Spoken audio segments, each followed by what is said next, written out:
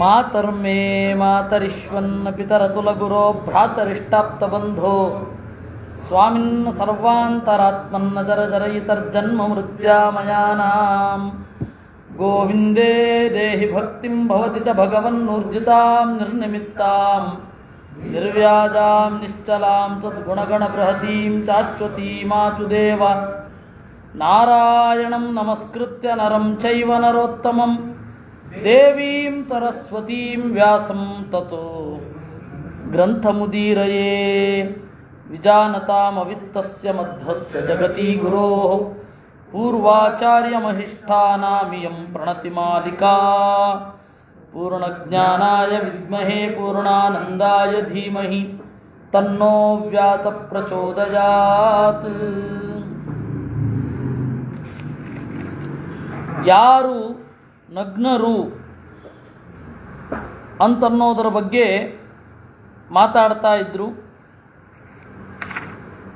ಅದರಲ್ಲಿ ಪಂಚಮಹಾಪಾತಕಗಳನ್ನು ಮಾಡುವುದಕ್ಕೆ ಮೂಲಭೂತವಾದ ಸ್ಮೃತಿಭ್ರಂಶ ಅಂದರೆ ಒಂದು ಒಳ್ಳೆಯ ಗ್ರಂಥವನ್ನು ಧಿಕ್ಕರಿಸುವುದು, ಅದನ್ನು ಸ್ಮೃತಿಭ್ರಂಶ ಅಂತ ಕರೀತಾರೆ.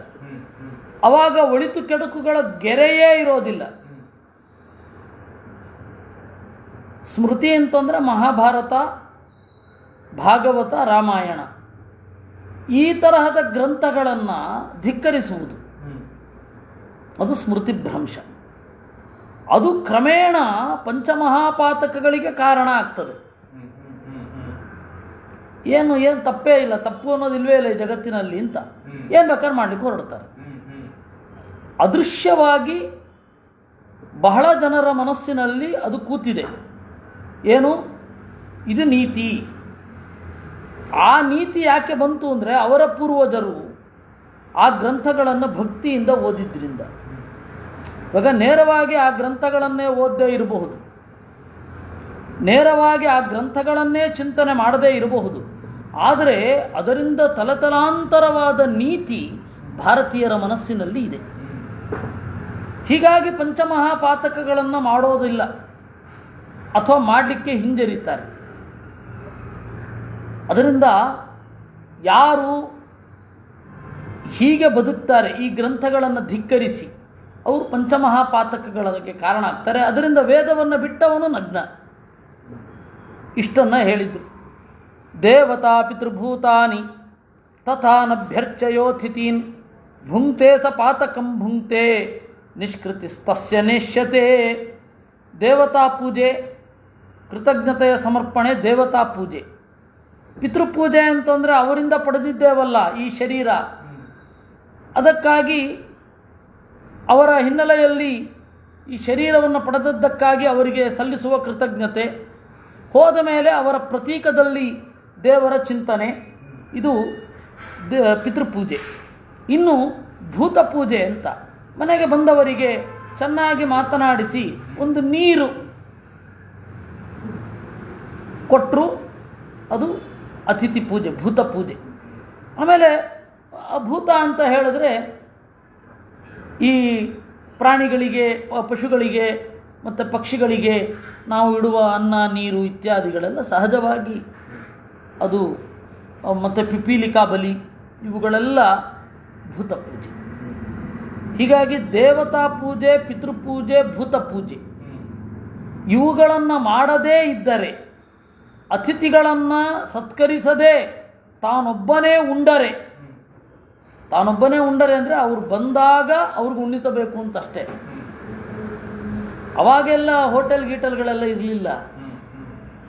2 ಗಂಟೆ 1 ಗಂಟೆ ಆಗ್ತಿದ್ದಾಗೆ ಎಲ್ಲ ಪಿತೃಕರ್ಮಾದಿಗಳನ್ನು ತೀರಿಸಿ ಮನೆಯ ಹೊರಗಡೆ ಬಂದು ಅವನು ಕೂಗಬೇಕು, ಯಾರಾದರೂ ಅತಿಥಿಗಳಿದ್ದೀರಾ, ದೂರದೇಶದಿಂದ ಬಂದವರು ಅಂತ 3 ಬಾರಿ ಕೂಗಬೇಕು. ಕೂಗಿ ಒಳಗಡೆ ಹೋಗಬೇಕು. ಆಗ ಅವ್ರು ಬರ್ತಾರೆ, ಅಥವಾ ಬರಲ್ಲ. ಬರದೇ ಹೋದಾಗ ಏನು ಮಾಡೋದು, ಉಣ್ಣೋದು. ಬಂದಾಗ ಅವರಿಗೆ ಸ್ನಾನಾದಿಗಳನ್ನು ವಿಧಿವತ್ತಾಗಿ ಮಾಡಲಿಕ್ಕೆ ಅವಕಾಶ ಕೊಟ್ಟು, ಅಥವಾ ಅವರು ದೇವತಾರ್ಚನೆ ಮುಗಿಸ್ಕೊಂಡು ಬಂದಿದ್ದರೆ ಒಟ್ಟಿಗೆ ಊಟಕ್ಕೆ ಹಾಕಿ, ಹಾಗೆ ಮಾಡುವಂಥದ್ದು ಪದ್ಧತಿ. ಇದನ್ನು ಮಾಡಬೇಕು. ಇದು ಇಲ್ಲದೇ ಉಂಡರೆ ನಿಷ್ಕೃತಿಸ್ತಸ್ಯ ನೇಷ್ಯತೆ. ಅವನಿಗೆ ಪ್ರಾಯಶ್ಚಿತ್ತವೇ ಇಲ್ಲ. ವಾರದ ಹುಡುಗರು, ಅದೇ ವಾರದ ಅದರದ್ದೇ ಪರಿಣಾಮ. ಬ್ರಾಹ್ಮಣಾದ್ಯಾಸ್ತು ಯೇ ವರ್ಣಾಃ ಸ್ವಧರ್ಮಾದನ್ಯತೋ ಮುಖಾಃ ಯಾಂತಿ ತೇ ನಗ್ನ ಸಂಜ್ಞಾಂತು ಹೀನಕರ್ಮಸ್ವಸ್ಥಿತಾಃ. ಬ್ರಾಹ್ಮಣ ತನಗೆ ಯೋಗ್ಯವಾದ ಕರ್ಮವನ್ನು ಮಾಡದೆ ಹೋದರೆ ಅವನು ನಗ್ನನೇ, ಅಥವಾ ಯಾರೇ ಆಗಲಿ ನಗ್ನರೇ. ಶಾಸ್ತ್ರಕ್ಕೆ ಇವರು ಬ್ರಾಹ್ಮಣರು, ಇವರು ವಿಶೇಷ ಸವಲತ್ತು ಕೊಡಬೇಕು ಅಂತ ಏನೂ ಇಲ್ಲ. ಅದೇನಿದ್ರೂ ಇತ್ತೀಚೆಗಿನ ಕಾನೂನುಗಳಿಗಿರಬೇಕೇ ವಿನಃ ಅವ್ರಿಗಿರಲ್ಲ. ಶಾಸ್ತ್ರಕ್ಕೆ ಅದೆಲ್ಲ ಇರಲ್ಲ. ತಪ್ಪು ಮಾಡಿದರೆ ತಪ್ಪು, ಸರಿ ಮಾಡಿದ್ರೆ ಸರಿ ಅಷ್ಟೆ. ಹೆಣ್ಣು ಗಂಡು ಭೇದ ಇಲ್ಲ. ಚತುರ್ಣಾಂ ಯತ್ರ ವರ್ಣಾನಾಂ ಮೈತ್ರೇಯ ಅತ್ಯಂತ ಸಂಕರಃ ತತ್ರಾಸ್ಯ ಸಾಧುವೃತ್ತೀನಾಂ ಉಪಘಾತಾಯ ಜಾಯತೆ. ಈ 4 ವರ್ಣಗಳು ಅಂದರೆ ಜಾತಿಗಳು. ಈ 4 ಜಾತಿಗಳಲ್ಲಿ ಒಂದು ಸಾಂಕರ್ಯ ಉಂಟಾಯಿತು ಅಂತಂದರೆ ಯಾರೊಬ್ಬರೂ ಬೆಳೀಲಿಕ್ಕೆ ಅವಕಾಶ ಇರಲ್ಲ.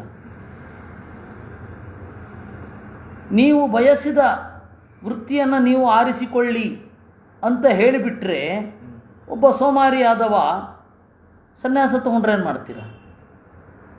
ಆ ಪರಿಸ್ಥಿತಿ ಆಯಿತು. ಬೌದ್ಧರು ಎಲ್ಲರಿಗೂ ಸನ್ಯಾಸ ಕೊಡಲಿಕ್ಕೆ ಅಂತ ಹೋದಾಗ ಸೋಮಾರಿಗಳು, ಚೆನ್ನಾಗಿ ಪಾಲನೆ ಮಾಡಲಿಕ್ಕೆ ಆಗದವರು, ಹೆಂಡತಿ ಮಕ್ಕಳನ್ನು ನೋಡಿಕೊಳ್ಳುವ ಮನಸ್ಸಿರದವರು ಸನ್ಯಾಸ ತೊಗೊಂಡ್ಬಿಡೋದು. ಅವರಿಗೆ ಬೌದ್ಧರಿಗೆ ವೈದಿಕರಷ್ಟು ಕಟ್ಟುಪಾಡು ಇಲ್ಲ. ನೀವು ನೋಡಿ, ಜೈನರಿಗೆ ವಿಪರೀತ ಇದೆ, ಬೇರೆ ಯಾರಿಗೂ ಬ್ರಾಹ್ಮಣರಷ್ಟು ಕಟ್ಟುಪಾಡಿಲ್ಲ. ನೀವು ಎಲ್ಲ ಜಾತಿಯ ಮಠಾಧೀಶರನ್ನು ಲೆಕ್ಕ ಮಾಡಿದರೆ ನಿಮಗೆ ಗೊತ್ತಾಗತ್ತೆ. ಎಲ್ಲ ಮಠಾಧೀಶರ ನೀವು ನಡೆಯನ್ನು ಬೆಳಗ್ಗಿನಿಂದ ಸಂಜೆಯ ತನಕ ನೀವು ಬ್ರಾಹ್ಮಣ ಮಠಾಧೀಶರ ಹತ್ರ ಇದ್ದರೆ ಗೊತ್ತಾಗುತ್ತೆ ಅವ್ರಿಗೆ ಎಷ್ಟು ಕಷ್ಟ ಇದೆ ಅಂತ. ಅದೇ ಬೇರೆಯವ್ರ ಹತ್ರ ಇದ್ದರೆ ಅವ್ರಿಗೆ ಎಷ್ಟು ಸುಖ ಇದೆ ಅನ್ನೋದು ಗೊತ್ತಾಗುತ್ತೆ.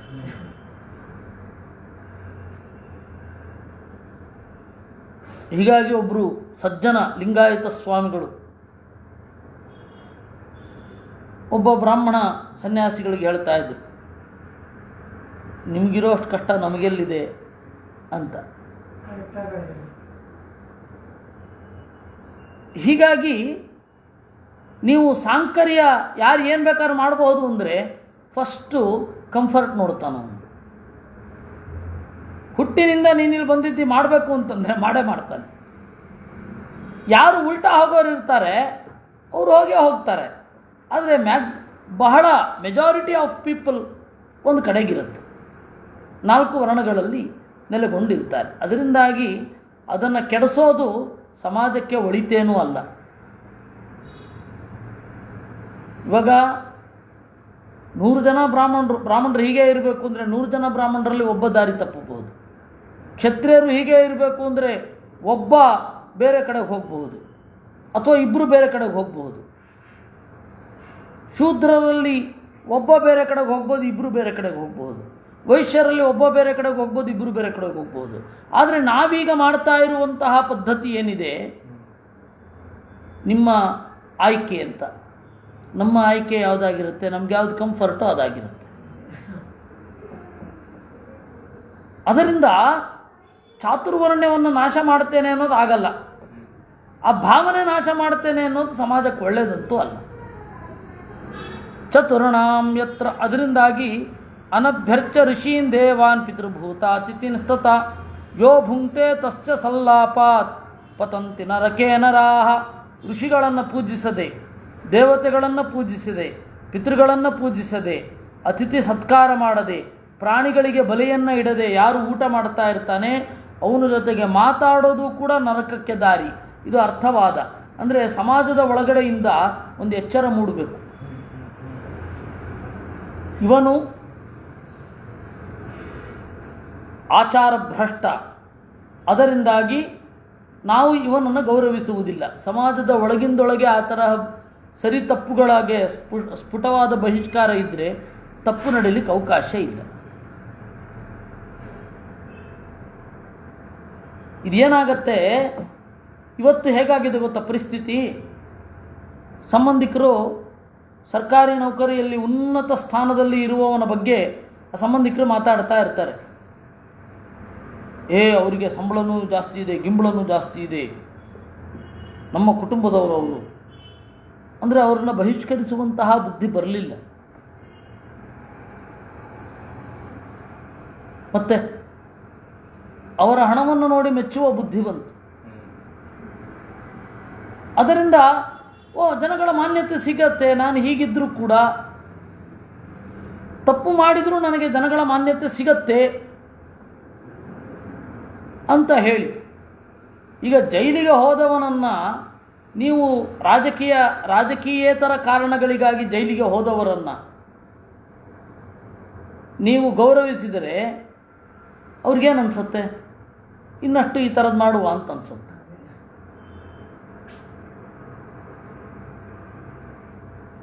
ಅದಕ್ಕೆ ಒಳಗಡೆಯಿಂದ ಒಂದು ಎಚ್ಚರ ಕೊಡಿಸ್ಬೇಕು. ಆ ಎಚ್ಚರವೇ ಇದು.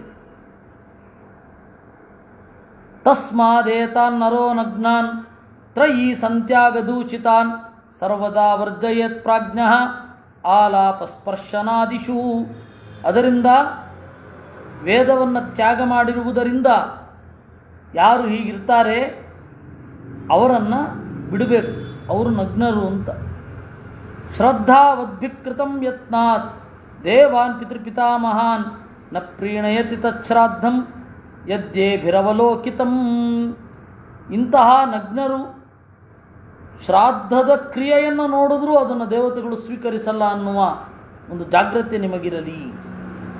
ಶ್ರೂಯತೆ ಚ ಪುರಾಖ್ಯಾತೋ ರಾಜ ಶತಧನುರ್ಭುವಿ ಪತ್ನಿ ಚ ಶೈವ್ಯಾ ತಸ್ಯಾಭೂತ್ ಅತಿಧರ್ಮಪರಾಯಣ.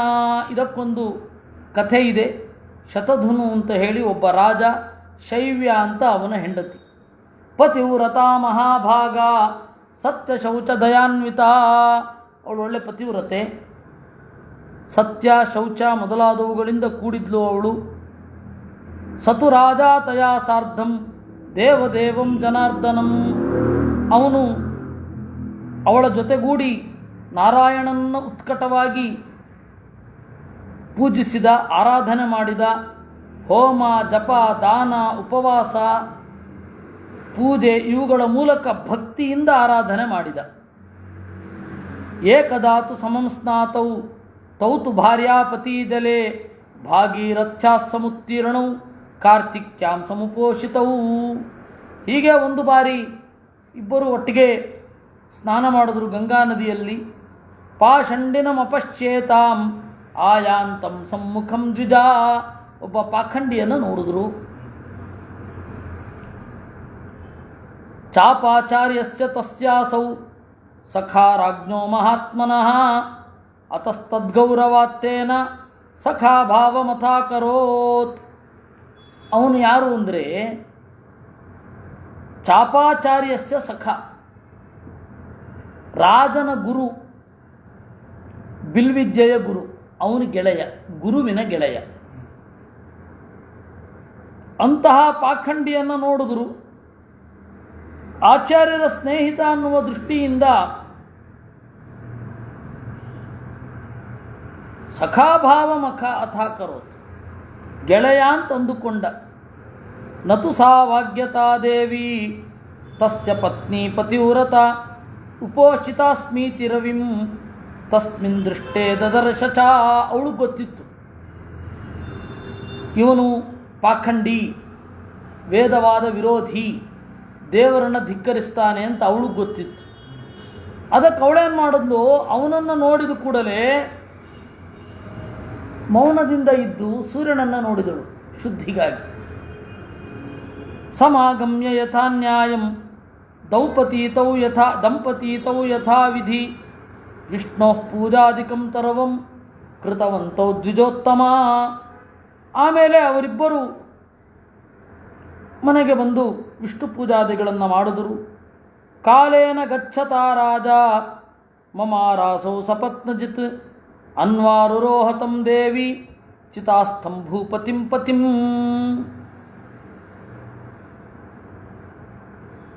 ಅವಾಗ ಒಂದು ಕಾಲ ಆದಮೇಲೆ ಅವನು ಸತ್ತ. ಇವಳೇನು ಮಾಡಿದ್ಲು, ಸಹಧರ್ಮಿಣಿ ಜೊತೆಗೇನೆ ಪ್ರಾಣತ್ಯಾಗ ಮಾಡಿದ್ಲು, ಅಗ್ನಿಪ್ರವೇಶ ಮಾಡಿದ್ಲು. ಸತು ತೇನಾಪಚಾರೇಣ ಶ್ವಾಜಜ್ಞೆ ವಸುಧಾಧಿಪ. ಅವನು ಇಂತಹವರ ಗೆಳೆತನ ಮಾಡಿದ್ರಿಂದ ನಾಯಿಯಾಗಿ ಹುಟ್ಟಿದ. ಉಪವಾಸ ಮಾಡುವಾಗ ದೇವರ ಪೂಜೆ ಮಾಡುವ ಮುನ್ನ ಇಂತಹ ಪಾಷಂಡಿಯನ್ನು ನೋಡಿದ್ರಿಂದ. ಸಾತು ಜಾತಿ ಸ್ಮರಾಜಜ್ಞೆ ಕಾಶಿರಾಜಸುತಾ ಶುಭ. ಅವಳಿದ್ದಾಳಲ್ಲ ಶೈವ್ಯ, ಅವಳೇನು ಮಾಡಿದ್ಲು, ಕಾಶಿರಾಜನ ಮಗಳಾಗಿ ಹುಟ್ಟಿದ್ಲು. ಜಾತಿಸ್ಮರ, ಹಿಂದಣ ಜನ್ಮದ ನೆನಪಿತ್ತು. ಸರ್ವವಿಜ್ಞಾನ ಸಂಪೂರ್ಣ, ಸರ್ವವಿಜ್ಞಾನ ಪೂಜಿತ, ಸರ್ವಲಕ್ಷಣ ಪೂಜಿತ, ಎಲ್ಲದರ ಬಗೆಗೆ ಜ್ಞಾನ ಇತ್ತು, ವೇದಾಂತದ ಬಗೆಗೆ. ತಾಂ ಪಿತಾ ಧಾತು ಕಾಮೋ ಭೂತ್ ವರಾಯ ವಿನಿವಾರಿತಃ ತಯೈವ ತನ್ವ್ಯಾ ವಿರತೋ ವಿವಾಹಾರಂಭತೋ ನೃಪಃ. ಯುಕ್ತ ವಯಸ್ಸಿಗೆ ಬಂದ ಮೇಲೆ ಕಾಶಿರಾಜ ಮಗಳಿಗೆ ಮದುವೆ ಮಾಡಬೇಕು ಅಂತ ಹೋದ. ಅವಳು ಹೇಳಿದಳು, ನಾನು ಯಾರನ್ನೂ ಮದುವೆ ಆಗೋಲ್ಲ. ತತಸ್ಸಾ ದಿವ್ಯಯಾ ದೃಷ್ಟ್ಯ ದೃಷ್ಟ್ವಾಶ್ವಾನಂ ನಿಜಂ ಪತಿಂ ವಿಧಿಶಾಖ್ಯಂ ಪುರಂ ಗತ್ವಾ ತದವಸ್ಥಂ ತದರಚತಂ. ಅವಳೇನು ಮಾಡಿದ್ಲು, ದಿವ್ಯ ದೃಷ್ಟಿಯಿಂದ ವಿದಿಶಾ ಪಟ್ಟಣದಲ್ಲಿ ನನ್ನ ಗಂಡ ನಾಯಿಯಾಗಿದ್ದಾನೆ ಅಂತ ಅವಳು ನೋಡಿದ್ಲು. ಭುಂಜನ್ ದತ್ತಂ ತಯಾ ಸೋನ್ನಂ ಅತಿಮೃಷ್ಟಮಭೀಪ್ಸಿತಂ. ಅವಳೇನು ಮಾಡಿದ್ಲು, ನಾಯಿ ರೂಪದಲ್ಲಿರುವ ಗಂಡನನ್ನು ಮನೆಗೆ ಕರ್ಕೊಂಡು ಬಂದ್ಲು. ಅವಳೇ ಅನ್ನ ಹಾಕಲಿಕ್ಕೆ ಶುರು ಮಾಡಿದ್ಲು. ಸ್ವಜಾತಿ ಲಲಿತಂ ಕುರ್ವನ್ ಬಹುಚಾಟು ಚಕಾರ ವೈ. ಅವನಿಗಿದೆಲ್ಲ ಗೊತ್ತಿಲ್ಲ, ಅವನು ನನಗೆ ಈ ಒಡತಿ ಅನ್ನ ಹಾಕ್ತಾ ಇದ್ದಾಳೆ ಅಂತಷ್ಟೇ. ಅವನು ನಾಯಿ ಸ್ವಭಾವಕ್ಕೆ ಅನುಗುಣವಾದ ಕ್ರಿಯೆಯನ್ನು ಮಾಡ್ತಾ ಇದ್ದ. ಅತೀವ ವ್ರೀಡಿತ ಬಾಲ ಕುರುವತ ಚಾಟುತೇನತ ಪ್ರಣಾಮ ಪೂರ್ವಮಾಹೇದಂ ದಯಿತಂ ತಂ ಕುಯೋ ನಿಜಂ. ಗಂಡ ನಾಯಿಯಾಗಿ ಹುಟ್ಟಿದ್ದಾನೆ, ಹೆಂಡತಿ ಜಾತಿಸ್ಮರಳಾದ ತತ್ವಜ್ಞಾನಿನಿಯಾಗಿ ಬಂದಿದ್ದಾಳೆ. ಅವಾಗ ಹೇಗಿರಬೇಕು, ಅವನಿಗೆ ಅದ್ರ ಅರಿವೇ ಇಲ್ಲ. ಆಗ ಇವಳೇನು ಮಾಡಿದ್ಲು, ಅವನಿಗೆ ತಿಳಿಯುವ ಹಾಗೆ ಹೇಳಿದಳಂತೆ, ಓ ದೊರೆ, ನೀನು ನಮಸ್ಕಾರ ಮಾಡಿ ನಾಯಿಗೆ ಹೇಳಿದಳು, ಓ ದೊರೆ, ನೀನು ಏಕಾಗಿ ಹೀಗಾಗಿದ್ದಿ, ನಿನ್ನ ಹಿಂದಣ ಜನ್ಮವನ್ನು ನೆನಪಿಸಿಕೋ. ನಾನು ನೀನು ಗಂಡ ಹೆಂಡತಿಯರಾಗಿ ಇದ್ವಿ, ಆದರೆ ನಿನ್ನ ತಪ್ಪಿನಿಂದಾಗಿ. ಯಾಕೆ? ಸ್ಮರ್ಯತಾಂ ತನ್ಮಹಾರಾಜ ದಾಕ್ಷಿಣ್ಯ ಲಲಿತಂ ತಥಾ. ದಾಕ್ಷಿಣ್ಯ ಲಲಿತಂ, ನಾನು ಈ ಪಾಷಂಡಿ ವೇದವನ್ನು ವಿರೋಧಿಸಿದವನನ್ನು ಧಿಕ್ಕರಿಸಿದರೆ ಗುರುಗಳಿಗೆಲ್ಲಿ ಬೇಜಾರಾಗತ್ತೋ ಅಂತ. ಅದು ಬಿಲ್ವಿದ್ಯೆಯ ಗುರುಗಳಿಗೆ, ಅವರೇನು ವೇದಾಂತ ಗುರುಗಳೇನಲ್ಲ, ಬಿಲ್ವಿದ್ಯೆಯ ಗುರುಗಳಿಗೆ ಬೇಜಾರಾಗತ್ತೇನೋ ಅಂತ ಹೇಳಿ ನೀನೇನು ಮಾಡಿದಿ, ಅವರನ್ನು ಪ್ರೀತಿಯಿಂದ ಮಾತನಾಡಿಸಿದಿ.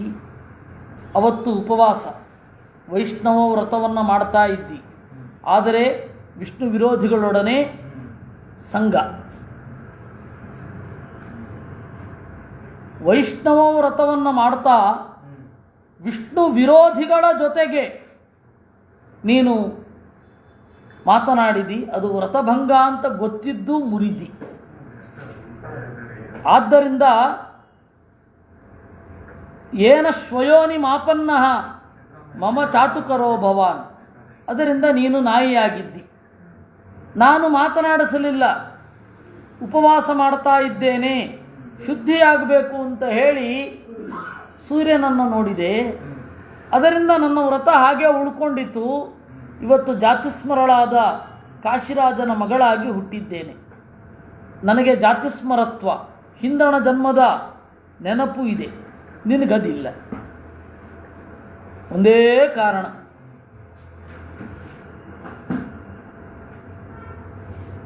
ತಯೈವಂ ಸ್ಮಾರಿತೆ ತಸ್ಮಿನ್ ಪೂರ್ವಜಾತಿ ಕೃತೆ ತದಾ ದಧ್ಯೌ ಚಿರಮಥಾವಾಪ ನಿರ್ವೇದಮತಿ ದುರ್ಲಭಂ. ಅವನೇನು ಮಾಡಿದ, ಬಹಳ ದುಃಖ ಆಯಿತು. ವೈರಾಗ್ಯದಿಂದ ಊರಿನ ಆಚೆಗೆ ಹೊರಟ. ಮರುತ್ ಪ್ರಪತನಂ ಕೃತ್ವಾ ಆತ್ಮಹತ್ಯೆ ಮಾಡಿಕೊಂಡ. ಹಾಗೆ ಆತ್ಮಹತ್ಯೆ ಮಾಡಿಕೊಂಡು ನರಿಯಾದ. ಶಾರ್ಗಾರೀಂ ಯೋನಿಮಾಗಮತ್. ಅವಾಗಲೂ ಗೊತ್ತಾಯಿತು ಅವಳಿಗೆ. ಕಾಡು ಹುಡ್ಕೊಂಡು ಹೋದ್ಲವಳು.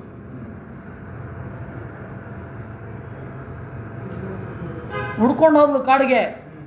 ಅವನಲ್ಲಿದ್ದ ಅಪಿಸ್ಮರ ಸಿರಾಜೇಂದ್ರ ಶ್ವಯೋನಿಸ್ಥಸ್ಯ ಯನ್ಮಯ ಪ್ರೋಕ್ತಂತೆ ಪೂರ್ವಚರಿತಂ ಪಾಷಂಡಾಲಾಪ ಸಂಶ್ರಯಂ. ನೀನು ವೇದ ವಿರೋಧಿಯೊಡನೆ ವಿಷ್ಣುದ್ವೇಷಿಯೊಡನೆ ಮಾತನಾಡಿದ್ರಿಂದ ನಿನಗೆ ನಾಯಿ ಜನ್ಮ ಬಂತು. ನಾಯಿ ಜನ್ಮ ಕಳೆದೀಗ ನರಿ ಜನ್ಮ ಬಂದಿದೆ ಅಂತ ಹೇಳಿದಾಗ ಅವನು ತಿಳ್ಕೊಳ್ತಾ ಇದ್ದಾನೆ. ತಿಳ್ಕೊಂಡು ಕಾನನೇತ ನಿರಾಹಾರ ತತ್ಯಾಜಸ್ವಂ ಕಳೇವರಂ. ಕಾಡಿನಲ್ಲಿ ತನ್ನ ಶರೀರವನ್ನು ಬಿಟ್ಟ. ಭೂಯಸ್ತತೋ ವೃಕೋ ಜಜ್ಞೆ. ಆಮೇಲೆ ತೋಳ ಆದ.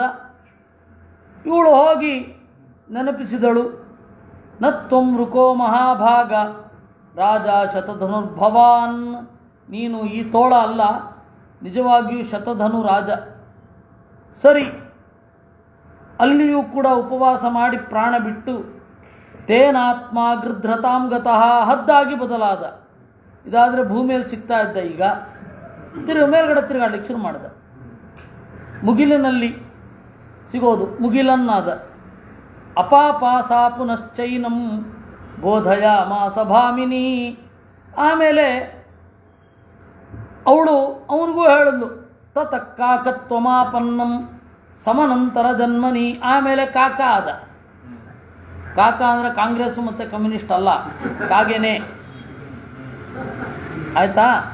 ಕಾಗೆ ಆದ. ಎಲ್ಲವನ್ನ ಹೇಳಿದಳು.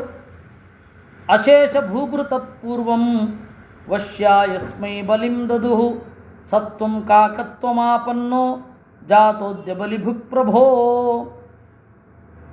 ನೀನು ಈಗ ಕಾಗೆ ಯಾಕಿರೋದು ಅಂತ ಹೇಳಿದ್ರೆ, ಎಲ್ಲ ರಾಜರೂ ಕೂಡ ನಿನಗೆ ಕಪ್ಪವನ್ನು ಕೊಟ್ಟರು. ಬಲಿ, ಬಲಿ ಅಂದರೆ ಕಪ್ಪ, ಪೂಜೆ ಅಂತರ್ಥ.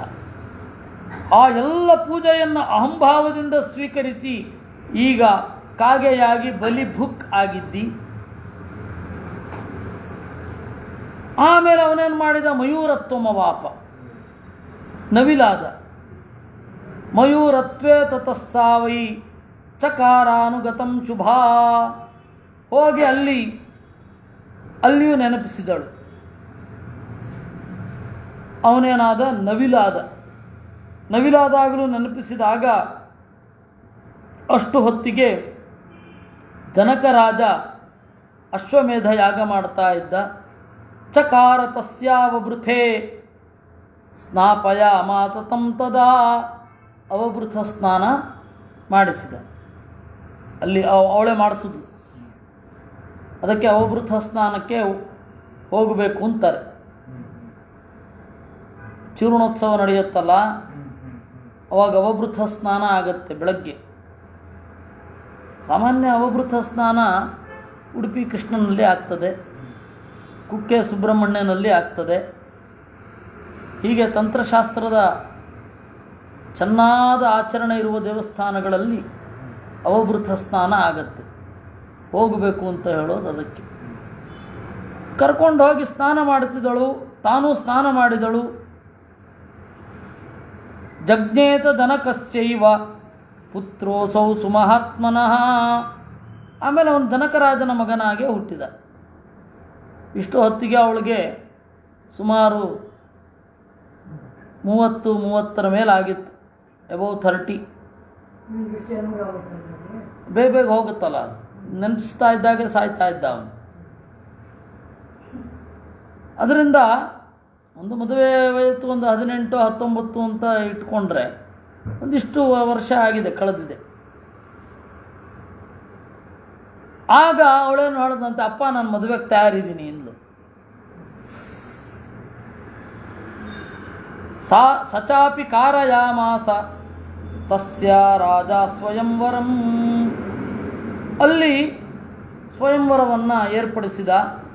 ಸ್ವಯಂವರದಲ್ಲಿ ಒಬ್ಬ ಹುಡುಗ ಬಂದಿದ್ದ, ಅವನನ್ನೇ ಗಂಡನಾಗಿ ಸ್ವೀಕರಿಸಿದ್ಲು. ಅವನು ಯಾರು ಅಂದರೆ ಕಾಶಿರಾಜನ ಮಗ ಮತ್ತು ಶ್ರುತಧನು, ಒಂದು ಕಾಲದಲ್ಲಿ ಶತಧನು ಆಗಿದ್ದವನು. ಬುಭುಜೆ ಚತಯಾತಾರ್ಧಂ, ಚೆನ್ನಾಗಿ ಭೋಗಗಳನ್ನು ಅನುಭವಿಸಿದ. ತಂದೆ ಹೋದ ಮೇಲೆ ರಾಜನೂ ಆದ. ಈ ಆದ ಸುಬಹೂನ್ ಯಜ್ಞಾನ್ ದದೌ ದಾನಾನಿ ಚಾರ್ಥಿನಾಂ, ಬಹಳ ಯಜ್ಞಗಳನ್ನು ಮಾಡಿದ, ದಾನ ಮಾಡಿದ, ಪುತ್ರೋತ್ಪಾದನೆ ಮಾಡಿದ, ರಾಜ್ಯವನ್ನು ಉಂಡು ಪಾಲಯಿತ್ವಾ ವಸುಂಧರಾಂ, ಚೆನ್ನಾಗಿ ಪಾಲನೆ ಮಾಡಿ ಯುದ್ಧದಲ್ಲಿ ದೇಹತ್ಯಾಗ ಮಾಡಿದ. ತತಶ್ಚಿತಾಸ್ಥಂ ತಂಭೂಯೋ ಭರ್ತಾರಂತ ಶುಭೇಕ್ಷಣ, ಅವನು ಚಿತೆಯಲ್ಲಿ ಇರುವಾಗ ಮತ್ತೆ ಇವಳು ಹೋಗಿ ಹಾರಿಕೊಂಡ್ಳು. ತಥೋ ವಾಪತಯಾ ಸಾರ್ಧಂ ರಾಜಪುತ್ರ್ಯ ತಪಾರ್ಥಿವ, ಆಮೇಲೆ ಅವಳ ಜೊತೆಗೂಡಿ ಇಂದ್ರಲೋಕವನ್ನು ಹೊಂದಿದ. ಸ್ವರ್ಗಾಕ್ಷಯತ್ವಮತುಲಂ ದಾಂಪತ್ಯಮತಿ ದುರ್ಲಭಂ ಪ್ರಾಪ್ತಂ ಪುಣ್ಯಫಲಂ ಪ್ರಾಪ್ಯ ಸಂಶುದ್ಧಿಂ ತಾಂ ದ್ವಿಜೋತ್ತಮಾಂ. ಅವಳು ಮತ್ತೆ ಗಂಡನ ಜೊತೆಗೆ ಸಂತತವಾದ ಸೌಖ್ಯಕ್ಕೆ ಭಾಗಿಯಾದಳು ಅನ್ನುವಲ್ಲಿಗೆ ಈ ಒಂದು ಕಥಾನಕ ಮುಗಿಯುತ್ತೆ. ಅಲ್ಲಿಂದ ಮುಂದುವರಿಯುತ್ತೆ. ಏಷ ಪಾಷಂಡ ಸಂಭಾಚಾತ್ ದೋಷ ಪ್ರೋಕ್ತೋ ಮಯಾ ದ್ವಿಜ, ಇದು ಪಾಷಂಡರೊಡನೆ ಆಡಿದ ಮಾತಿನಿಂದ, ವೈಷ್ಣವ ವ್ರತದ ದಿವಸ ವಿಷ್ಣು ದ್ವೇಷಿಯೊಡನೆ ಮಾತನಾಡಿದ್ದರ ಫಲ. ವಿಶೇಷತಃ ಕ್ರಿಯಾಕಾಲೇ ಯಜ್ಞಾದೌ ಚಾಪಿ ದೀಕ್ಷಿತಃ ಕ್ರಿಯಾ ನಿರ್ಗೃಹೇಯಸ್ಯ ಮಾಸಮೇಕಂ ಪ್ರಜಾಯತೆ.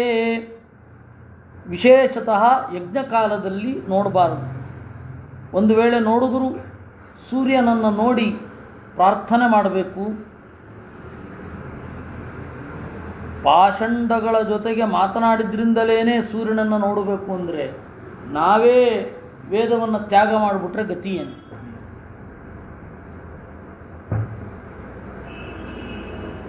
ಆದ್ದರಿಂದ ಪಾಷಂಡಿನೋ ವಿಕರ್ಮಸ್ಥಾನ್ ವೈಡಾಲವ್ರತಿಕಾನ್ ಛಟಾನ್ ಹೈತುಕಾನ್ ಬಕವೃತ್ತಿನಿಶ್ಚ ವಾಂಗ್ಮಾತ್ರೇಣಾಪಿ ನಾರ್ಚಯೇತ್. ಅತ್ಯಂತ ವೇದ ವಿರೋಧಿಗಳು, ಕೆಟ್ಟ ಕೆಲಸದಲ್ಲಿ ತೊಡಗಿದವರು. ಬೈಡಾಲವ್ರತಿಕಾನ್, ಬೆಕ್ಕು ಕಣ್ಮುಚ್ಚಿ ಕೂತಿರುತ್ತೆ. ಯಾಕೆ ಅಂದರೆ ಇಲಿ ಬೀಳಲಿ ಅಂತ. ಅದು ಬೈಡಾಲವ್ರತಿಕ ಅಂತ ಕರೀತಾರೆ. ಶಠಾನ್ ಗುಣದ್ವೇಷಿಗಳು. ಹೈತುಕಾನ್ ವಿಪರೀತ ವಿಚಾರವಾದ ತರ್ಕ ಅಂತ ಹೇಳಿ ಕೂತಿರುವವರು. ಅವರ ಮನಸ್ಸಿನಲ್ಲಿ ಭಾವನೆಗೆ, ದೇವರ ಭಾವಕ್ಕೆ, ಭಕ್ತಿಗೆ ಅವಕಾಶವೇ ಇಲ್ಲ. ಅವರು ಹೈತುಕರು ಅಂತ. ಇನ್ನು ಬಕವೃತ್ತಿನಿಶ್ಚ, ಕೊಕ್ಕರೆಯಂತೆ ಬಕದಂತೆ ಇರುವವರು. ಕೊಕ್ಕರೆ ಒಂಟಿ ಕಾಲಲ್ಲಿ ಹೀಗೆ ನಿಂತಿರುತ್ತೆ, ನೋಡಿದವರೆಲ್ಲ ಧ್ಯಾನ ಮಾಡುತ್ತೆ ಅಂತ ಅನ್ಕೋಬೇಕು. ಅದು ಯಾಕೆ ನಿಶ್ಚಲವಾಗಿ ನಿಂತಿರೋದು ಅಂತಂದರೆ, ಮೀನು ಬಂದ ಕೂಡಲೇ ಲಬಕ್ಕಂತ ಹಿಡ್ಕೊಂಡ್ಬಿಡೋಣ ಅಂತ. ಅದು ಧ್ಯಾನ ಮಾಡ್ತಾ ಇರೋದು ಮೀನನ್ನು. ಹಾಗೆ ತಟಸ್ಥವಾಗಿ ನಿಂತಿರುತ್ತೆ. ಅಂತಹ ಚರ್ಯೆಯನ್ನು ಜೀವನದಲ್ಲಿ ಯಾರು ಮಾಡ್ತಿರ್ತಾರೆ, ವಾಂಗ್ಮಾತ್ರೇಣಾಪಿ ನಾರ್ಚಯೇತ್, ಅವ್ರ ಜೊತೆಗೆ ಮಾತು ಆಡಬಾರದು. ಏತೇನ ಜ್ಞಾಸ್ತವಾಖ್ಯಾತಾಃ ದೃಷ್ಟಾ ಶ್ರಾದ್ದೋಪಘಾತಕಾಃ. ಅದರಿಂದ ಶ್ರಾದ್ದದಲ್ಲಿ ಸಜ್ಜನರನ್ನು ಮಾತ್ರ ಕರಿಬೇಕು. ಅದಕ್ಕೆ ನ ಕುರ್ಯಾದ್ ವಿಸ್ತರಂ ಶ್ರಾದ್ಧೆ ಅಂತ. ಶ್ರಾದ್ದದಲ್ಲಿ ವಿಸ್ತಾರ ಮಾಡಬೇಡಿ ಅಂತ ಹೇಳೋದು ಯಾಕೆ? ದೊಡ್ಡ ಜನ 1000 ಜನ ಒಂದು ಶ್ರಾದ್ದಕ್ಕೆ ಸೇರಿಬಿಟ್ರೆ ಏನು ಮಾಡ್ತೀರ ನೀವು? ಮದುವೆಗೆ ಸರಿ, ಮದುವೆಯಲ್ಲೇನಂತಹ ನಿರ್ಬಂಧ ಇಲ್ಲ. ಶ್ರಾದ್ದಕ್ಕೆ 1,00,000 ಜನ ಬರೋದು ಅಂತ ಇಟ್ಕೊಂಡ್ಬಿಟ್ರೆ, 1,000 ಜನ ಬರೋದು, 100 ಜನ ಬಂದರೆ ಸಾಕು, ಹೀಗಾಗ್ಬಿಡುತ್ತೆ. ಅದಕ್ಕೆ ಬಹಳ ಕಡಿಮೆ ಜನ ಅವರ ಜೊತೆಗೆ ಮಾಡಬೇಕು ಅಂತ. ಪುಂಸಾಂ ಜಟಾಧಾರಣ ಮೌಂಡ್ಯವತ್ತಾಂ ಮೋಘಾಚಿನಾಮಖಿಲ ಚೌಚ ನಿರಾಕೃತಾನಾಂ ತೋಯ ಪ್ರಧಾನ ಪಿತೃಪುಂಡ ಬಹಿಷ್ಕೃತಾನಾಂ ಸಂಭಾಷಣಾದಪಿ ನರಕಂ ಪ್ರಯಾಂತಿ. ಅದರಿಂದ ಮನುಷ್ಯರು ಇವರಿಂದ ಜಾಗೃತರಾಗಿರಬೇಕು ಅಂತ ಹೇಳುವಲ್ಲಿಗೆ 18ನೇ ಅಧ್ಯಾಯ ಮುಗೀತು. ಇಲ್ಲಿಗೆ 3ನೇ ಅಂಶ ಮುಗೀತು. ಇನ್ನು 4ನೇ ಅಂಶ ಶುರು. ಭಗವನ್ಯನ್ನರೈಃ ಕಾರ್ಯಂ ಸಾಧು ಕರ್ಮಣ್ಯವಸ್ಥಿತೈ ತನ್ಮಹ್ಯಂ ಗುರುಣಾಖ್ಯಾತಂ ನಿತ್ಯ ನೈಮಿತ್ತಿಕಾತ್ಮಕಂ. ಪೂಜ್ಯರೇ, ನೀವು ಏನನ್ನು ಮಾಡಬೇಕು, ಏನನ್ನು ಮಾಡಬಾರ್ದು ಇತ್ಯಾದಿಗಳ ಬಗ್ಗೆ ನನಗೆ ಹೇಳಿದ್ರಿ. ಸಂತೋಷ.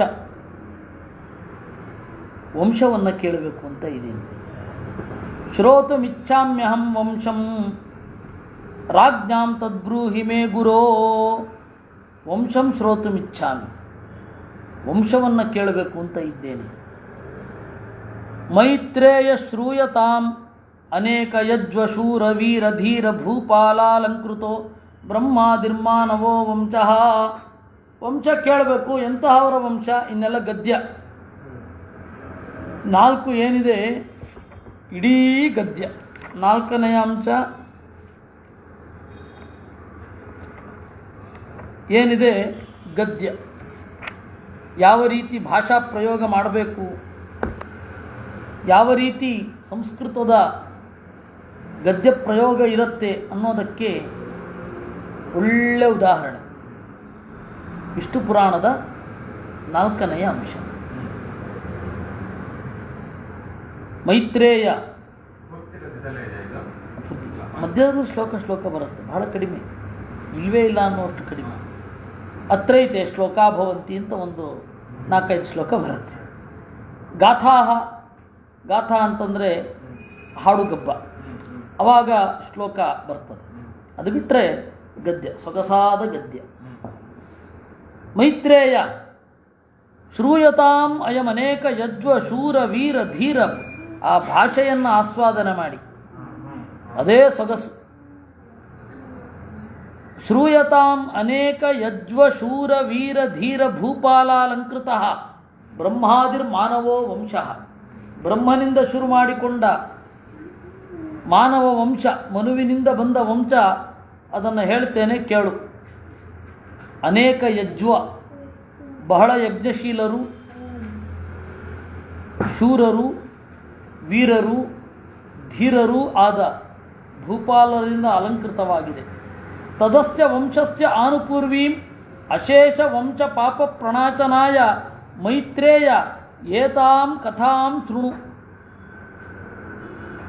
ಆ ವಂಶದ ಆನುಪೂರ್ವಿಯನ್ನು ಹೇಳ್ತೇನೆ ಕೇಳು. ಯಾಕೆ ಅಂದರೆ ಪಾಪ ಪ್ರಣಾಶನಾಯ, ಪಾಪನಾಶ. ನೀವು ಮಾಡಿದ ಪಾಪ ನಾಶ ಆಗಲಿಕ್ಕಾಗಿ ನಾನು ಹೇಳುವ ವಂಶವನ್ನು ಕೇಳಿ ಅಂತ ವೇದವ್ಯಾಸರ ಸಂದೇಶ ಇದೆ. ವಂಶದಲ್ಲಿರುವ ದೋಷಗಳು ಪರಿಹಾರ ಆಗುತ್ತೆ. ತದ್ಯಥಾ ಸಕಲ ಜಗತಾಂ ಆದಿಹಿ ಅನಾದಿಭೂತಃ ಸಹ ಋಗ್ಯಜುಃ ಸಾಮಾದಿಮಯೋ ಭಗವಾನ್ ವಿಷ್ಣುಃ ತಸ್ಯ ಬ್ರಹ್ಮಣೋ ಮೂರ್ತಂ ರೂಪಂ ಹಿರಣ್ಯಗರ್ಭಃ ಬ್ರಹ್ಮಾಂಡಭೂತಃ ಬ್ರಹ್ಮ ಭಗವಾನ್ ಪ್ರಾಗ್ಬಭೂವ. ಅದು ಹೇಳ್ತೇನೆ ಕೇಳು. ಸಕಲ ಜಗತಾಂ ಆದಿಹಿ, ಎಲ್ಲ ಜಗತ್ತುಗಳ ಆದಿ. ಅನಾದಿಭೂತಃ, ಅವನು ಮೊದಲು ಇಲ್ವೇ ಇಲ್ಲ ಅವನಿಗೆ. ಅಂತಹ ಋಗ್ಯಜು ಸಾಮಾದಿಮಯ, ಋಗ್ವೇದ, ಯಜುರ್ವೇದ, ಸಾಮವೇದ, ಅಥರ್ವ ವೇದಾದಿಗಳಿಂದ ಕೊಂಡಾಡಲ್ಪಡುವ ಭಗವಾನ್ ವಿಷ್ಣು ಅವನು ಬ್ರಹ್ಮನಲ್ಲಿ ಸನ್ನಿಹಿತನಾಗಿದ್ದಾನೆ. ಬ್ರಹ್ಮಣ ಮೂರ್ತಂ ರೂಪಂ, ಮೂರ್ತ ರೂಪ ಅಂದರೆ ಕಾಣುವ ರೂಪ. ಮೂರ್ತ ಅಂತಂದರೆ ವಿಸಿಬಲ್ ಅಂತ ಅರ್ಥ. ಅಮೂರ್ತ ಅಂದರೆ ಇನ್ವಿಸಿಬಲ್. ಇನ್ನೊಂದು ಅರ್ಥವೂ ಇದೆ, ಮೂರಂ ಪಾಪಂ ಸಮುದ್ದಿಷ್ಟಂ ತದ್ವನ್ಮೂರ್ತಂ ಪ್ರಕೀರ್ತಿತಂ ಅಂತ. ಇಲ್ಲಿ ನಮ್ಮಲ್ಲಿಗೆ ಮೂರ್ತ ಅಂತ ಹೇಳಿದ್ರೆ, ಇಲ್ಲಿ ಮೂರ್ತ ಅಂದರೆ ಕಾಣುವ ಅಂತ. ಇಲ್ಲಿ ನಾವು ಇಲ್ಲಿ ಮೂರ್ತ ಅಮೂರ್ತ ಅಂತ ಮಾಡ್ತೇವಲ್ಲ. ದೇವರು ಅಮೂರ್ತ ಅಂದರೆ ಪಾಪ ಲೇಪ ಇರದವ ಅಂತ. ಅದು ಅಮೂರ್ತ ಅಂತ ಹೇಳಿದ್ರೆ ಇದು ವಿಷ್ಣು ಲೋಕ ಅಮೂರ್ತ ಅಂತಂದರೆ ಪಾಪ ಲೇಪ ಇರಲ್ಲ ಅಂತ ಅರ್ಥ. ಹಾಗರ್ಥ. ಅದರಿಂದಾಗಿ ಮೂರ್ತ ಅಂತ ಹೇಳಿದ್ರೆ ಹಾಗೆ. ಇನ್ನು ಆ ಮೂರ್ತ ರೂಪ ಯಾರು? ಹಿರಣ್ಯಗರ್ಭ, ಬ್ರಹ್ಮಾಂಡದ ಮೂಲ. ಬ್ರಹ್ಮ ಅಂಡ ಅಂದರೆ ಎರಡು ಅರ್ಥ. ಒಂದು ಹಿರಿದಾದ ಮೊಟ್ಟೆ ಅಂತ, ಅಂಡ ಅಂದರೆ ಮೊಟ್ಟೆ, ಬ್ರಹ್ಮ ಅಂದರೆ ಹಿರಿದಾದ ಮೊಟ್ಟೆ. ಆಮೇಲೆ ಬ್ರಹ್ಮ ಇಟ್ಟ ಮೊಟ್ಟೆ, ಬ್ರಹ್ಮ ರೂಪಿಸಿದ ಮೊಟ್ಟೆ, ಎರಡರ್ಥ. ಬ್ರಹ್ಮ ರೂಪಿಸಿದ ಮೊಟ್ಟೆ ಬ್ರಹ್ಮಾಂಡ, ಇನ್ನೊಂದು ಹಿರಿದಾದ ಮೊಟ್ಟೆ ಬ್ರಹ್ಮಾಂಡ. ಬೃಹತ್ ಬ್ರಹ್ಮಾಂಡ ಅಂದ್ರೆ ಏನು ಮತ್ತೆ?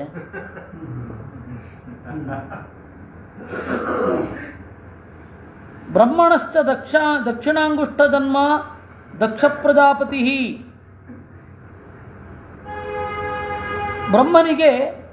ಬ್ರಹ್ಮನ ದಕ್ಷಿಣಾಂಗುಷ್ಟ ಜನ್ಮ, ಬಲ ಹೆಬ್ಬೆರಳಿನಿಂದ ಹುಟ್ಟಿದವ ದಕ್ಷ ಪ್ರಜಾಪತಿ. ದಕ್ಷ ಪ್ರಜಾಪತಿಗೆ ದಕ್ಷಸ್ಯಾಪಿ ಅದಿತಿ, ದಕ್ಷನ ಮಗಳು ಅದಿತಿ. ಅವಳನ್ನು ಕಾಶ್ಯಪರಿಗೆ ಕೊಟ್ಟರು. ಅಲ್ಲೇ ಇದೆ, ಅದನ್ನೇನು ಹೇಳಲ್ಲ. ಅದಿತೇ ವಿವಸ್ವಾನ್, ಅದಿತಿಯ ಮಗ ವಿವಸ್ವಾನ್. ವಿವಸ್ವತೋ ಮನು, ವಿವಸ್ವಂತನಿಂದ ಮನು.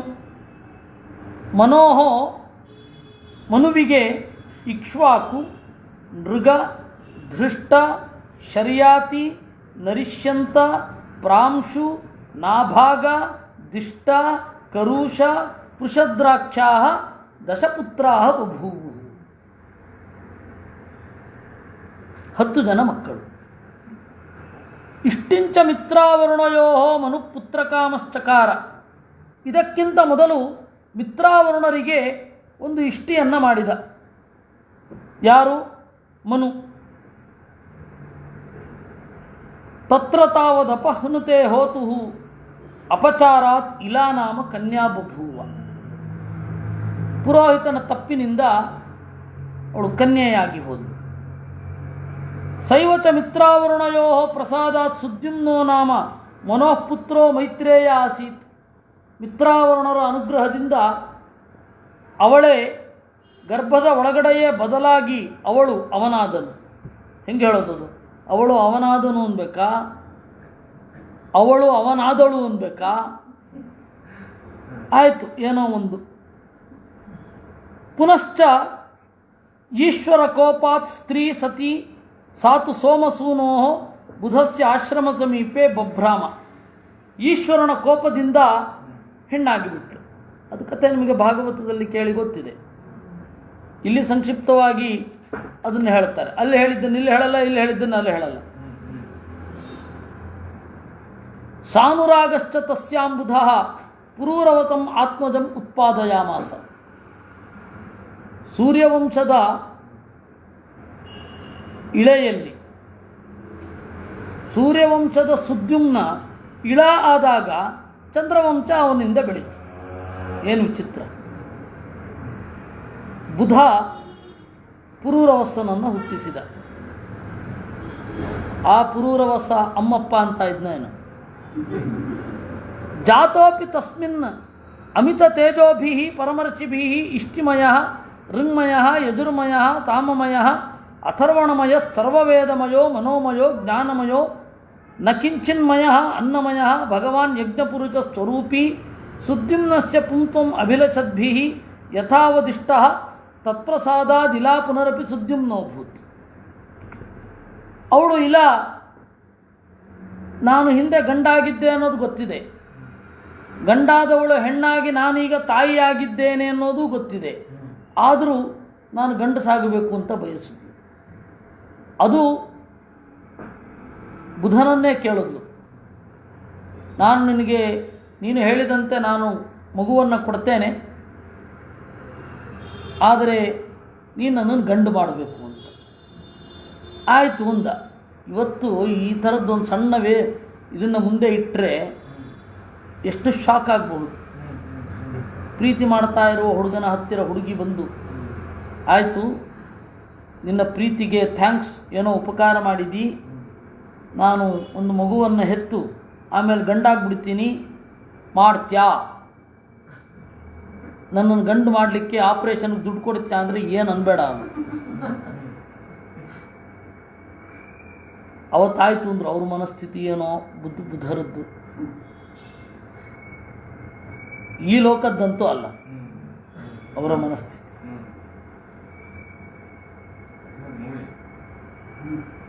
ಇದೆಲ್ಲ ಯಾರು ಮಾಡ್ತಾರಲ್ಲ, ಇದನ್ನೆಲ್ಲ ಸುಮ್ಮನೆ ಕೇಳ್ಬಿಟ್ಟು ಇಲ್ಲೇ ಆಸ್ವಾದನೆ ಮಾಡಬೇಕು, ಇದು ಹೋದ್ರೆ ಕೆಡಿಸ್ಬಿಡ್ತಾರೆ. ಅದರಿಂದಾಗಿ ಏನು ದುಡ್ಡು ಕೊಡಬೇಕಾಗಿಲ್ಲ, ಸುಖವಾಗಿ ಎಲ್ಲ ಇಲ್ಲಿಂದಲೇ ಇಲ್ಲಿರೋ ಹಾಗೆ ಚಿಂತನೆ ಮಾಡಿಬಿಡ್ಬೋದು. ಜಾತೇಪಿ ತಸ್ಮಿನ್ ಅಮಿತ ತೇಜೋಭಿ, ಅವನು ಹುಟ್ಟಿದ ಕೂಡಲೇ ಯಾಗ ಮಾಡಲಿಕ್ಕೆ ಶುರು ಮಾಡಿದ್ರು ಬುಧನ ನೇತೃತ್ವದಲ್ಲಿ. ಎಂತಹ ದೇವರನ್ನು ಪೂಜಿಸಿದರು. ಋಂಗ್ಮಯ ಇಷ್ಟಿಮಯ ಯಜ್ಞ ಪ್ರತಿಪಾದ್ಯ, ಋಂಗ್ಮಯ ಋಗ್ವೇದ ಪ್ರತಿಪಾದ್ಯ, ಯಜುರ್ಮಯ ಸಾಮಮಯ ಅಥರ್ವಣಮಯ ಸರ್ವವೇದಮಯ, ಇದನ್ನೇನು ಎಕ್ಸ್ಪ್ಲೇನ್ ಮಾಡಲೇಬೇಕಿಲ್ಲ. ಆಮೇಲೆ ಮನೋಮಯ, ಮನಸ್ಸಿನ ತುಂಬಿದವ. ಜ್ಞಾನಮಯ ನಕಿಂಚಿನ್ಮಯ, ಯಾರೂ ಅಲ್ಲ ಅವನು. ನಕಿಂಚಿನ್ಮಯ ಒಂದೇ ಶಬ್ದ. ಅನ್ನಮಯ ಭಗವಾನ್ ಯಜ್ಞಪುರುಷ ಸ್ವರೂಪಿ. ಅಂತಹ ಯಜ್ಞಪುರುಷ ಸ್ವರೂಪನಾದ ನಾರಾಯಣ ಸುದ್ಯುಮ್ನನಿಗೆ ಪುಂಸ್ತ್ವವನ್ನು ಬಯಸುವ ಋಷಿಗಳಿಂದ ಯಥಾವದಿಷ್ಟ ಚೆನ್ನಾಗಿ ಪೂಜಿಸಲ್ಪಟ್ಟ. ತತ್ಪ್ರಸಾದಾತ್ ಇಲಾ ಪುನರಪಿ ಸುದ್ಯುಮ್ನೋಭೂತ್. ಅವನ ಅನುಗ್ರಹದಿಂದ ಇಲ್ಲ ಸುದ್ಯುಮ್ನ ಆದ್ಲು. ಸಂಸ್ಕೃತದಲ್ಲಿ ಆಯಿತು ಅನ್ಬೇಕು. ಸಂಸ್ಕೃತದಲ್ಲಿ ಒಂದೇ ಅಭವತ್, ಎರಡಕ್ಕೂ. ಇಂಗ್ಲೀಷ್ ಹಾಗೆ ಇಲಾ ಹ್ಯಾಸ್ ಬಿಕಮ್ ಸುದ್ಯುಮ್ನ. ಅಲ್ಲಿ ಏನು ತೊಂದರೆನೂ ಇಲ್ಲ, ಯಾಕೆಂದರೆ ಅಲ್ಲಿ ಕ್ರಿಯಾಪದ ತಟಸ್ಥ, ಲಿಂಗ ಇಲ್ಲ. ಅಲ್ಲಿ ಕ್ರಿಯಾಪದದಲ್ಲಿ ಲಿಂಗ ಇಲ್ಲ. ಸಂಸ್ಕೃತದಲ್ಲೂ ಆಲ್ಮೋಸ್ಟ್ ಹಾಗೆ ಕ್ರಿಯಾಪದ ಲಿಂಗವನ್ನೇ ಹೇಳಲ್ಲ. ಆದರೆ ಎಲ್ಲ ಭಾಷೆಯಲ್ಲಿಯೂ, ಭಾರತದ ಆಲ್ಮೋಸ್ಟ್ ಸಂಸ್ಕೃತದಿಂದ ಪ್ರಭಾವಿತವಾದ ಎಲ್ಲ ಭಾಷೆಯಲ್ಲಿಯೂ ಕ್ರಿಯಾಪದ ಲಿಂಗ ಹೇಳುತ್ತೆ.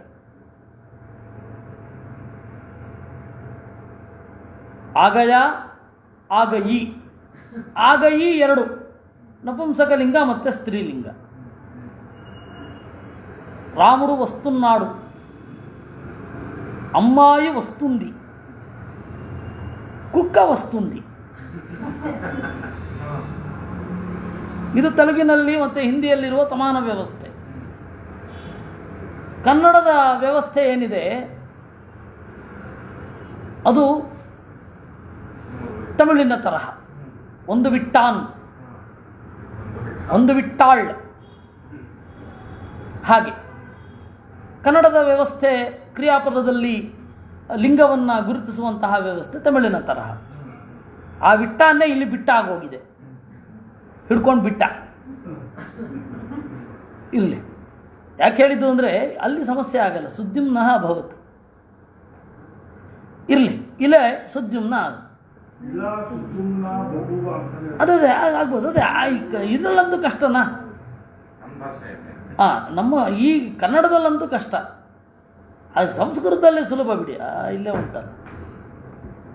ಸುದ್ಯುಮ್ನ ಆದ, ಅಲ್ಲಿಗೆ ಸಾಕು. ಆಗ ಏನು ಮಾಡ್ದ ಅಂತ ಮುಂದೆ ನೋಡೋಣ. 12 ಗಂಟೆಗೆ ವಿಷ್ಣು ತತ್ವ ನಿರ್ಣಯ ಶುರು. ಕೃಷ್ಣಾರ್ಪಣ.